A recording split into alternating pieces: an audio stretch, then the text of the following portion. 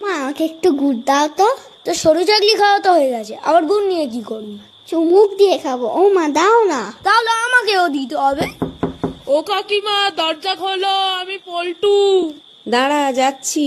আমাদের বাড়িতে ভালো মন্দ রান্না হলেই পল্টু ঠিক গন্ধ পেয়ে যায়। ও মা, ওকে অল্প করে গুড় দেবে, নাহলে সব খেয়ে নেবে। মার খাবি কিন্তু তুই এবার। সবসময় ওরম কেন বলিস ওকে? নমস্তে आंटी जी। ও মিন্টু এসেছে। आय आय, तुम भी आओ। পিঠা খাएगा? ये आंटी जी मुझे पीने का बात क्यों कर रही है? আমার মাও করেছে তো।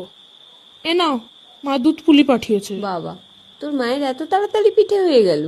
আমি তো সবে পিঠে মুড়ছি। আয়, একটু সরু চাকলি আর পাটিসাপটা খেয়ে যা। কই দুধ পুলি আমায় দাও। কেন? এবার কেন? এক্ষুনি কি বলছিলিস পল্টুর নামে? কি বলছিল গো কাকিমা? আর ও তো এমনি বলছিলাম, পল্টু তো আমার বেস্ট ফ্রেন্ড। হ্যাঁ, সেই তো। ये सरू चाकली क्या होता है? এই যে নলেন গুড় দিয়ে সরু চাকলি, পাটিসাপটা আর রস বড়া। খেয়ে বল কেমন হয়েছে। নলেন গুড়টা দারুণ তো, আর একটু দাও তো কাকিমা। বেশি করে দাও ওকে একটু, আর আমার একটা দুধ পুলি দাও। দুটো দিতে পারো।